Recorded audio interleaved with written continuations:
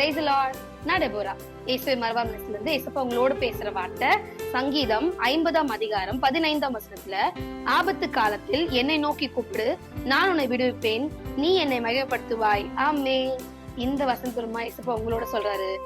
தயவு செஞ்சு உங்களுக்கு ஏதாச்சும் ஒரு கஷ்டம் அப்படின்னா யார்கிட்டயோ போய் சொல்லாதீங்க, யார்கிட்டயோ போய் அந்த விஷயத்த ஷேர் பண்ணி அழுகாதீங்க, புலம்பாதீங்க, யாரையும் எதிர்பார்க்காதீங்க. அதுக்கு மாறா நீங்க ஒண்ணுதான் பண்ணணும். கர்த்தரோட சமூகத்துல கர்த்தர்ட்ட வந்து நின்னு நீங்க கூப்பிடுற அந்த வார்த்தைய ஏசப்பா கேட்கணும். நீங்க மட்டும்தான் கூப்பிடுறீங்கன்னு மட்டும் நினைச்சுக்காதீங்க. உங்களை மாதிரி அநேக பேர் ரொம்ப பிரச்சனை இருக்காங்க. கர்த்தரை நோக்கி கூப்பிடுறதுக்கு வந்து நிப்பாங்க. அப்படி கூப்பிட்டே இருக்கும் போது அவங்க எல்லாரையும் மீறி உங்க வாய்ஸ் கர்த்தருக்கு கேட்கப்படுற மாதிரி நீங்க கூப்பிட்டீங்க அப்படின்னா கர்த்தர் அதை கேட்டுட்டு எதுவுமே செய்யாம போயிட மாட்டாரு. நிச்சயமா உங்களுக்கான விஷயத்த ஏசப்பா என்ன பண்ணுவாருன்னா செய்வாரு. நீங்க எதுக்காக கூப்பிடுறீங்களோ அந்த காரியத்துல இருந்து ஒரு பெரிய விடுதலை உங்களுக்கு ஏசப்பா தரப்போறாரு. அதை நீங்க பிலீவ் பண்ணுங்க.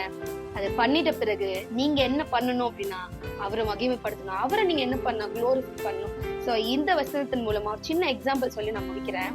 இப்ப எனக்கு ஏதாச்சும் வேணும் அப்படின்னா நான் என்ன பண்ணுவேன்னா எங்க டாடி கிட்ட கேட்பேன், டாடி இது வாங்கித்தாங்க, இது வேணும் அப்படின்னு சொல்லி, கஷ்டமானாலும் சரி சந்தோஷமானாலும் சரி என்ன விஷயம் வேணாலும் நான் கேட்டுருவேன்.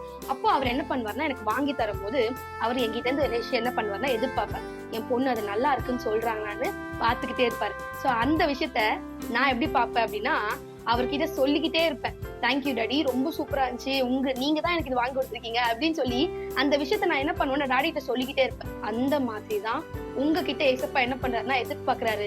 நீங்க போய் கேக்குறத வந்து நடக்கும்னு நம்பிடுங்க. நீங்க நன்றி சொல்ல ஆரம்பிச்சிருங்க. நிச்சயமா ஏசப்பா இந்த வசனத்தின் மூலமா உங்களைதான் விடுவிக்க போறாரு. ஜெபம் பண்ணுங்க.